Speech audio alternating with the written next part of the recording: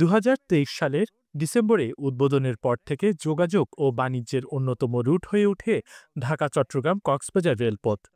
তবে এই পথ ব্যবহার করে রয়েছে মাদক স্বর্ণ ও অস্ত্র চোরাচালানের সংখ্যা।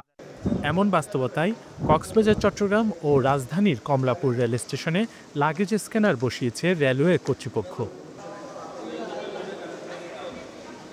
এরই মধ্যে সোমবার দেশের সবচেয়ে দৃষ্টিনন্দন কক্সবাজার আইকনিক রেল স্টেশনে শুরু হয়েছে লাগেজ স্ক্যানিং। যুক্তরাষ্ট্রের অ্যাস্ট্রোফিজিক্স ব্র্যান্ডের এই লাগেজ স্ক্যানারে ধরা পড়বে সন্দেহজনক সবকিছু। রেলপথ এই সংযোজনে যাত্রীদের নিরাপত্তার পাশাপাশি বাড়িয়েছে ভ্রমণের স্বস্তি। তবে এর মাধ্যমে যাতে কেউ হয়রানির শিকার না হয় সেই দাবি তাদের। এটা তো 100% ভালো উদ্যোগ, যাতে চোরাচালান বা আনুষ্ঠানিক কথায় অপকর্মগুলো যাতে না সৃষ্টি হয়। বিভিন্ন চোরা কারবারি মালটাল বা মাদক এই ধরনের জিনিসপত্র নিয়ে আসে কিনা, বা এখন হোটেলও দেখা গেছে কি মানুষ এই ধরনের জিনিসপত্র নিয়ে যায় বা ব্যবসার জন্য নিয়ে যায়, কিন্তু এখন স্ক্রিনিং করার পর না এই জিনিসটা ধরা। রেলওয়ে পুলিশ, নিরাপত্তা বাহিনী ও স্টেশন কর্তৃপক্ষের তত্ত্বাবধানে পরিচালিত হচ্ছে এই স্ক্যানিং কার্যক্রম। পাশাপাশি সন্দেহজনক যাত্রীদেরও নজরে রাখা হচ্ছে বলে জানান station master.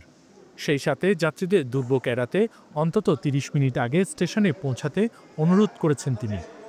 Scanner machine, luggage scanner সারা বাংলাদেশে কক্সবাজার, চট্টগ্রাম এবং ঢাকায় একযোগে 3টি স্টেশনে 3টি লাগেজ স্ক্যানার মেশিন স্থাপন করা হয়েছে।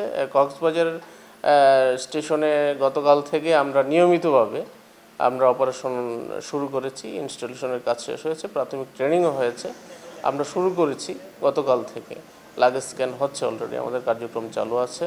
এখানে বাংলাদেশ সেনাবাহিনীর থেকেও লোকজন আসে, ট্রেন ছাড়ার আধা ঘন্টা পূর্বে র্যাব থেকে ডগ স্কোয়াড নিয়ে আসে, বিজিবি থেকে আসে, আমাদের আরএনপি, জিআরপি আইনশৃঙ্খলা রক্ষা এবং অবৈধ চালান, মাদক, বিশেষ করে মাদক নিয়ন্ত্রণে এই ভূমিকা নেওয়া হয়েছে বাংলাদেশ রেলের পক্ষ থেকে। এর মাধ্যমে দেশের রেলপথের নিরাপত্তায় শুরু হলো নতুন এক অধ্যায়।